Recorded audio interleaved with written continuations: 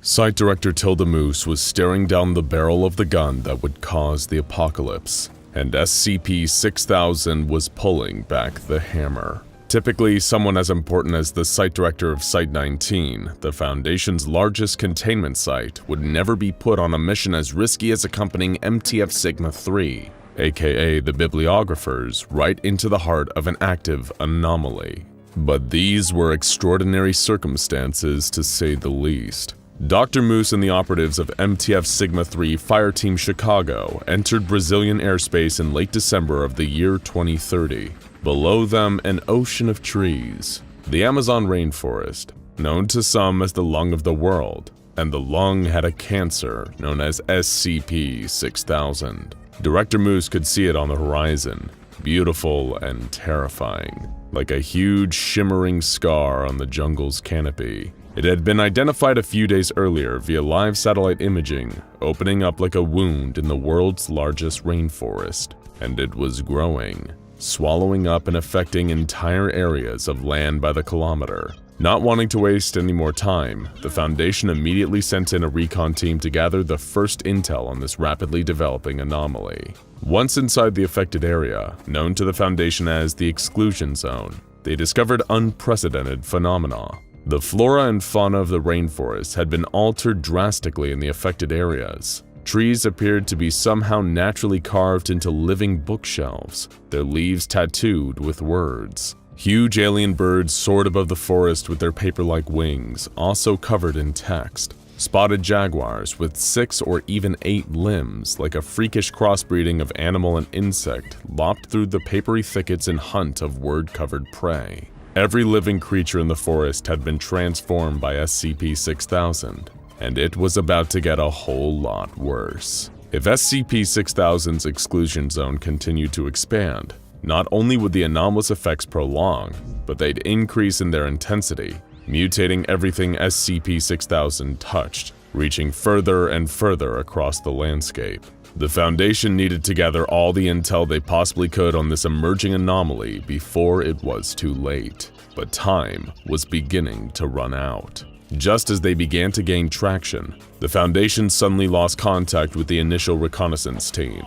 They seemed to have fallen off the map, vanished. This triggered the immediate deployment of subsequent expeditions into the SCP-6000 exclusion zone. When the Bibliographers' first strike team arrived on the scene of the exclusion zone's bizarre alien world in search of the missing reconnaissance team, they found the most strange and damning discovery yet. A creature who would soon come to be known as SCP-6000-A.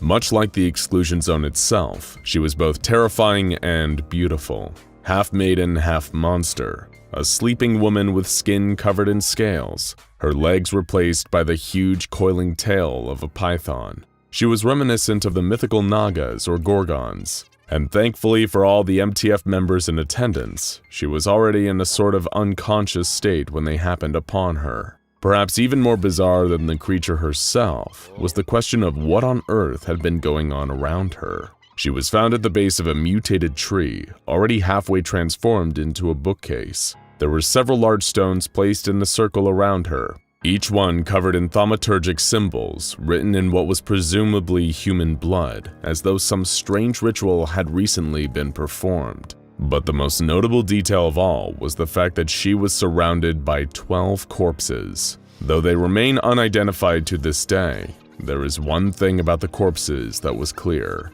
They were all wearing dark robes. It didn't take the Foundation's brightest minds to calculate the connection. Figures in robes performing strange rituals, anomalous creatures everywhere, the sudden appearance of a multitude of anomalous books, and a decidedly serpentine entity.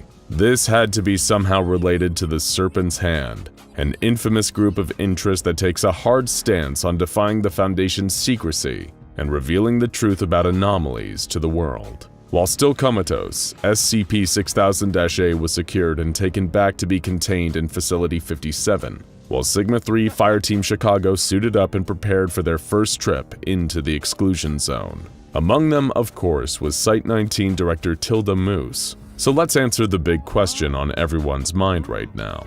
Why send someone as important as a site director into a potentially hazardous environment where an entire reconnaissance team had already gone missing, and the Serpent's hand were believed to still be operating.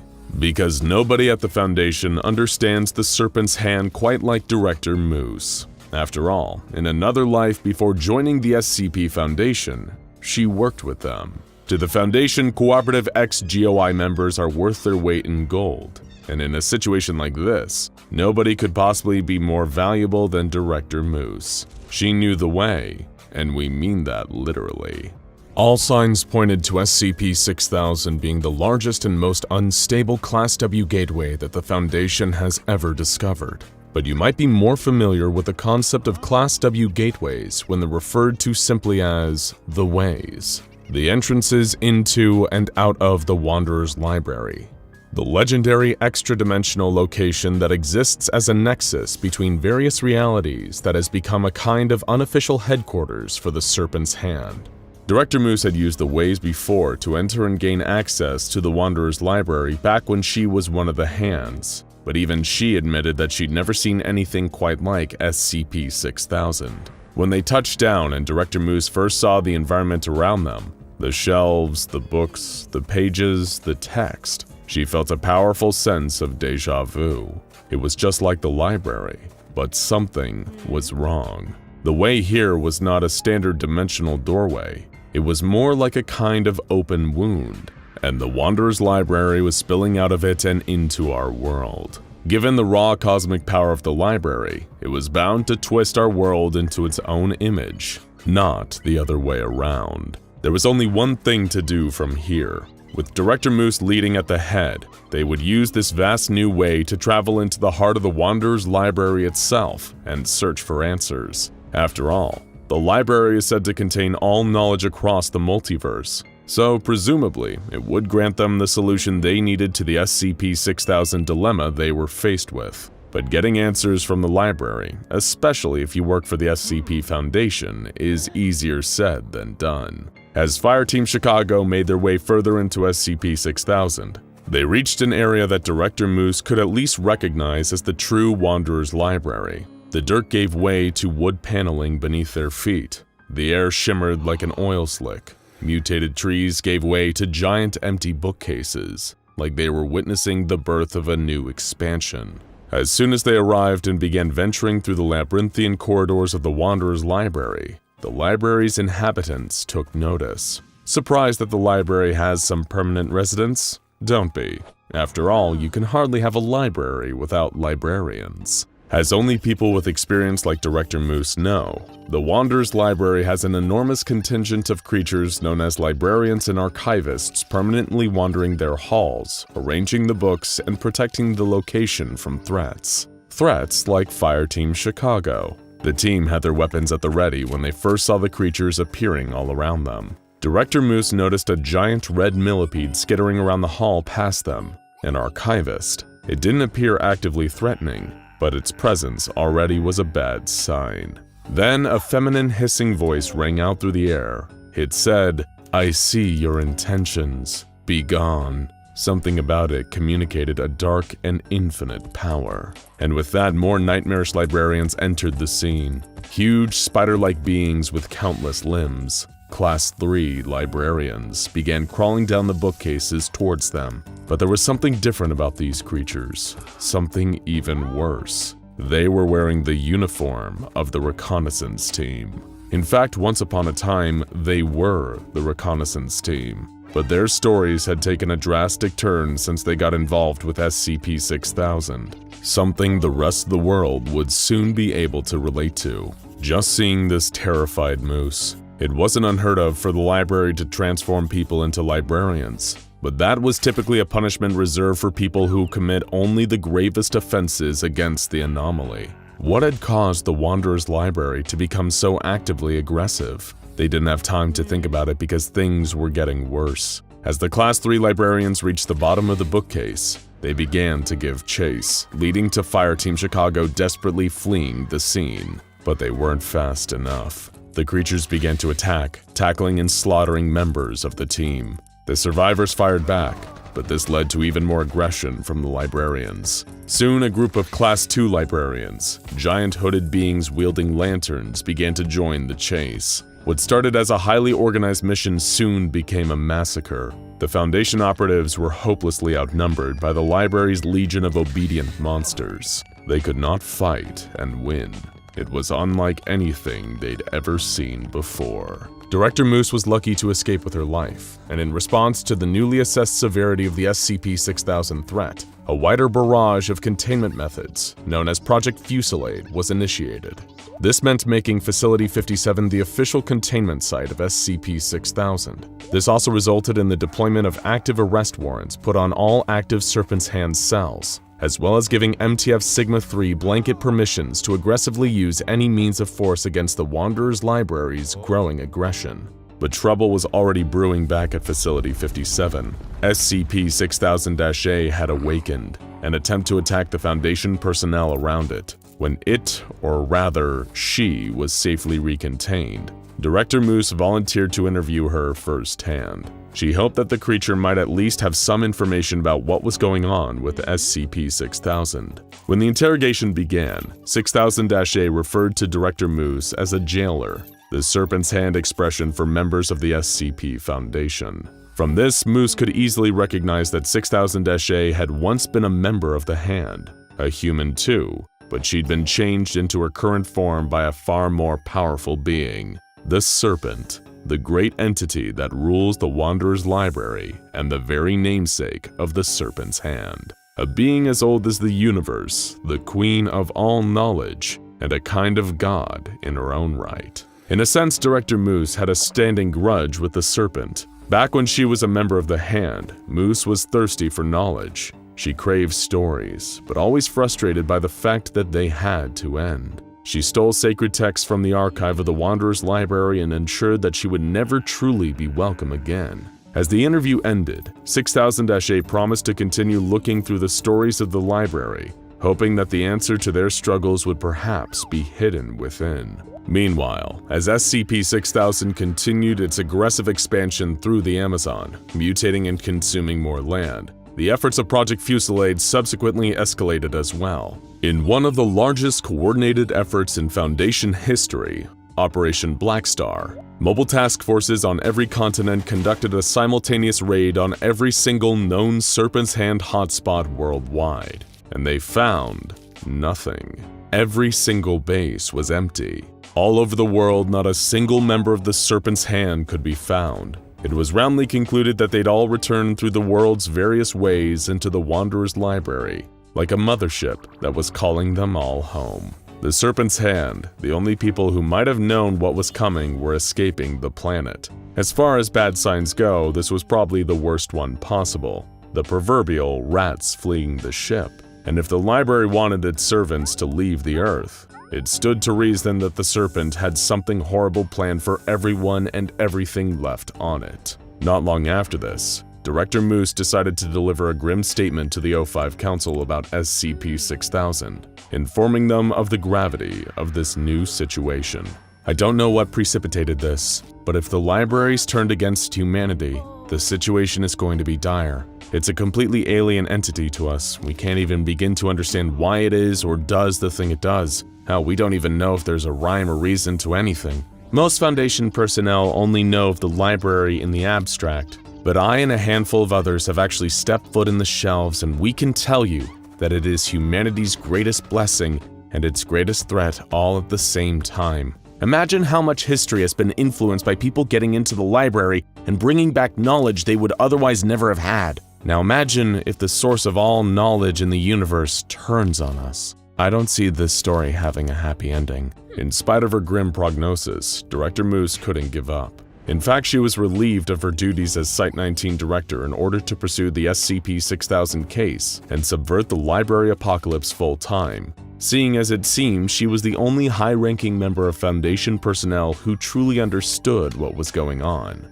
She and the rest of the Project FUSILLADE Incident Committee scrambled to find ways to destroy SCP-6000, or at least put a halt to its rampant growth. They sent in legions of mobile task forces with flame and heat-based weaponry, trying to burn down all of the mutated trees. However, the trees showed an almost complete resistance to this method, with burnt matter quickly regenerating after the fact. In an even more savage act of war against the Wanderer's Library itself, they fired a high-yield explosive into the mouth of SCP-6000. However, the second the bomb passed the threshold into the library, its effects were immediately nullified. These concerning developments led to Moose and her team finally pulling out the big gun. Literally, the biggest gun there is, the Arcturus Array.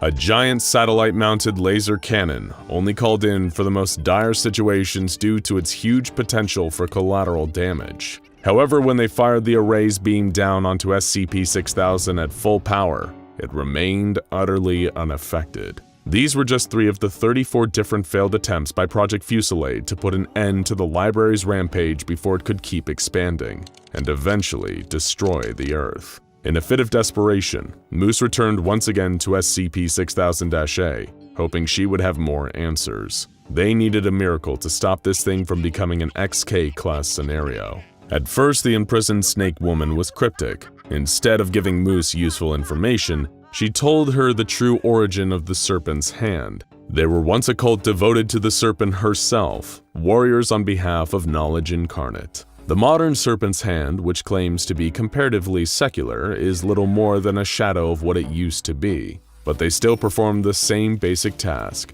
destroying secrecy and advancing knowledge. As Moose's patience wore thin, she asked the snake whether she had any specific stories about how the Foundation could beat a library gone mad, but the snake told her there were no such stories. She did, however, surrender one vital piece of information, saying, "All the stories I see with the Foundation staring down the end of the world, they have the book burners by their side. I suppose there's something to say there. Rivals allying themselves against a threat greater than either could imagine.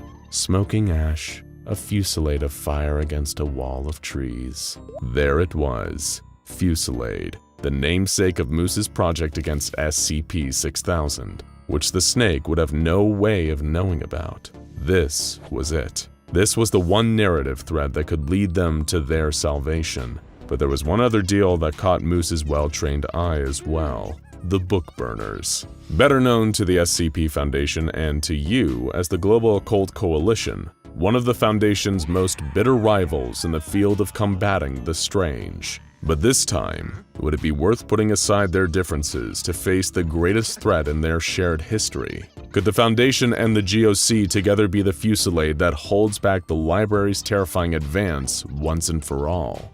The O5 Council held a vote on whether the Foundation should get the GOC involved. After much deliberation, the motion was approved by a narrow 3-vote margin. An emergency envoy from the Foundation was immediately sent to GOC headquarters in Germany to invite them to become a part of Project FUSILLADE and stop SCP-6000 expansion before it was too late. After comprehending the full scope of the situation and finally coming to understand just how incredibly dangerous SCP-6000 was, the leaders of the GOC approved this historic high-level partnership. GOC Physics, Psyche, and Ptolemy Division personnel were transported to Facility 57 for briefing on the developing situation. If they were lucky, they weren't too late to stop this XK-class end-of-the-world scenario from unfolding into completion. Interestingly, the GOC, prior to the SCP-6000 incident, had actually conducted more successful raids into the Wanderer's library than even the Foundation had. So it was natural that, soon after they became officially involved, the O5 Council and GOC Command authorized another mission into the library,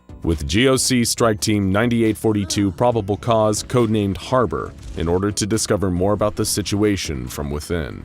Director Moose and one of her closest associates, Agent Adam Macmillan, another former Serpent's Hand turned Foundation agent, would instruct the team via live video and audio link. Supplied with state-of-the-art GOC and Foundation equipment, the Harbor team entered the exclusion zone. They couldn't help but remark on the extraordinary sights before them. A shimmering technicolor fantasy, filled with trees halfway transformed into bookcases. But strangely, all of the books within them were utterly blank. Following the instructions delivered by Moose and Macmillan, the Harbor team advanced further, until they found an area where the forest properly converged into the library itself.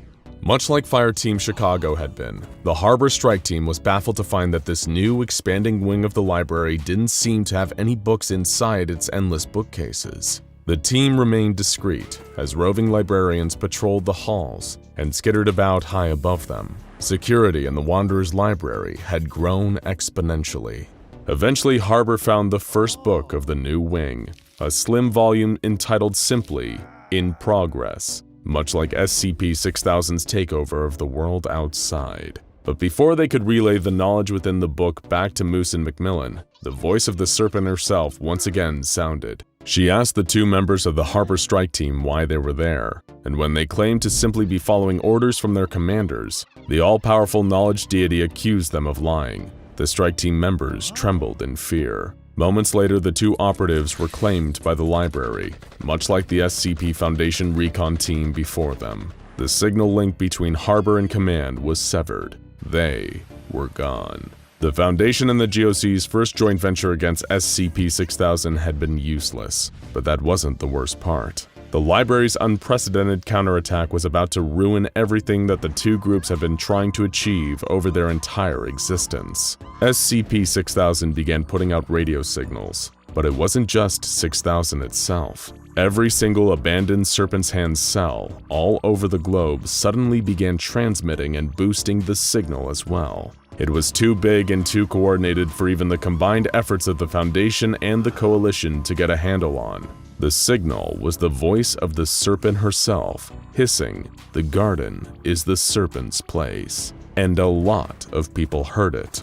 Governments, organizations, and individuals all over the world picked up the signal and its ultimate source, the Amazon rainforest. As millions of people began to turn their attention to the Amazon, their eyes were drawn to one thing: SCP-6000 and its enormous shimmering oil slick expanding out over the canopy. Too big now for the Foundation and the GOC to keep under wraps anymore. The internet blew up with millions of posts and messages across every platform imaginable. Even the Foundation's web crawler was utterly overwhelmed. One forum poster said, "You guys see the pictures coming out of Brazil? MSN's probably gonna get a hold of it by tomorrow and suppress the story, but it's insane. I have no clue what the hell is going on in the Amazon, but the pictures make it look like some sort of oil slick. It's kinda beautiful." Another commented, "Yep, turns out I'm not nuts. My friends have been hearing it on their car radios and hams too. A woman's voice, sorta nasally, repeating numbers, coordinates I think, and the words, 'The garden is the Serpent's place.' Sounds biblical, maybe a passphrase of some sort?" Now here's the kicker. If you look on Google Earth or anything for the coordinates, everything's fine, it doesn't show anything out of the ordinary. But if you use a backdoor to get into the wildlife observation cameras scattered around, the cameras went offline immediately after, but I managed to save this image. Starting to think I should go down there. This could be big. But random people on the internet were just the tip of the iceberg. It didn't take long for all the classified information about SCP-6000 to fall into the hands of a number of mainstream media outlets. The Wall Street Journal ran it with the headline, "The Amazon Anomaly." Not long after, The Guardian released Brazil Under Lockdown, as the efforts of the Foundation and the GOC to keep a lid on things started to look more like a military coup than a routine quarantine effort. The horrors started to snowball. News about the strange activity in the Amazon led to a massive influx of tourists and amateur investigators attempting to gain access. While the Foundation and the GOC did what they could to hold people off and provide amnestics to those who were actually exposed,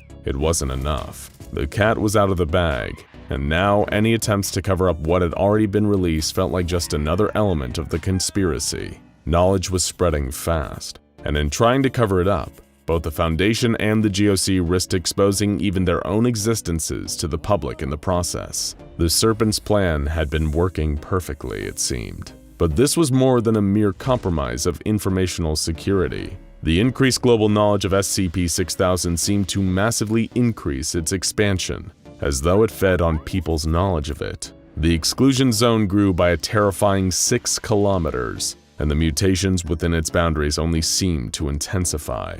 Things that had gotten so severe that the Coalition's nuclear resources were being considered as a response to SCP-6000's aggression. Not long after this, Director Moose's closest confidant within Project FUSILLADE, Agent Macmillan, disappeared. Security footage of Facility 57 showed him performing a thaumaturgic ritual circle, similar to the one that had produced SCP-6000-A. The cameras captured an intense flash of light from the circle, and afterwards, Macmillan was gone. He left a note for Director Moose saying, "Sorry, Tilly. I used to spend weeks amongst the library's shelves, perusing everything I could come across. It was otherworldly in the most literal sense of the word. I'm sure you understand the feeling. The difference is that you couldn't go in. You made the choice between the library and the Foundation. When I first entered, it was just a mission. I experienced something amazing, something well beyond what I thought was ever possible. And I thought it was a shame that we looked at something so magnificent and only worried about how it might hurt us. I can see now that's not the case. The librarians are only hurting people that try to stop the expansion. I have no intention of doing that. This is the end of the story, not the one where we somehow come up with a silver bullet to fix everything. The only thing I can do is change how I feel about it. I just want to sit amongst the shelves and see the false stars again. I think this is my happy ending. Director Moose certainly didn't see it that way. In spite of everything, she was still desperately searching for that elusive silver bullet, the secret to stopping SCP-6000 and reversing the horrific damage it had already wrought. They were the SCP Foundation. They always found a solution. It was just a matter of looking harder for it. She returned once again to her last potential resource on the matter, SCP-6000-A. That cryptic snake woman they'd first discovered in the initial recon missions into SCP-6000. In many ways, SCP-6000-A echoed the sentiments of Agent Macmillan. To deny true fate is futile. Just this once, the Foundation had run out of silver bullets. Their end was coming, perfect and inevitable, and it will happen at the hands of the library and the Serpent. She told Director Moose that you don't get to choose how your stories end, only how you perceive the ending. This story, she says, ends with two people sitting in a room talking, and they vanish into thin air. Tired of the snake woman's cryptic nonsense, Director Moose decided she was wasting her time. Determined, she, alongside the Foundation and the Global Occult Coalition, would find a way to stop this thing. They would end SCP-6000, reverse the damage it had caused, and save the day. Unfortunately, this time, they couldn't. The entire Amazon basin was quarantined by Project FUSILLADE, but it didn't matter. SCP-6000 just kept growing and growing and growing. Soon after, a BM-class Broken Masquerade scenario transpired, meaning that the Foundation and the GOC were no longer able to contain the secrets of this anomaly, as more and more of the Western Hemisphere was consumed by SCP-6000. The anomaly's object class was upgraded from Keter to Apollyon, as GOC Command and the O5 Council realized that the ship had officially sailed on its fight for containment, and for the future of planet Earth. As the Wanderer's library continued to consume more of the planet in the following days, the priorities of Project FUSILLADE shifted focus from containing SCP-6000 to getting as many key figures and anomalies as possible off of Earth or out of our dimension. All population centers, GOC bases, and Foundation sites were considered lost. It was over. The Serpent had won. One person who didn't flee with all the others was Director Moose, with the prognosis being that SCP-6000 would consume the entire world in the next 2 weeks. Moose decided to go down with the ship, spending her last days on a dying Earth with her final prisoner, SCP-6000-A. The Snake Woman tried to comfort Director Moose in the face of the end. She told her that all there really is in life is a collection of stories. One ending is the beginning to countless others. The end of this Earth, this Foundation, would simply unravel onto more, splitting like a thread's end into infinite narrative possibilities. If Moose could only accept this, she would not see this as an ending, but as a wonderful new beginning. A possibility for more stories. That's why the library was making all these new empty bookcases. There would soon be an abundance of new knowledge to accommodate and fill its shelves. Still, Moose seemed mournful about what she saw as the end of her story, the end of the world. She asked 6000-A whether her attempts to stop everything had been pointless from the start, if this ending had always been set in stone. 6000-A responded, "The point was the same thing that it's ever been, to make new stories where there was once nothing. Be happy, Tilda.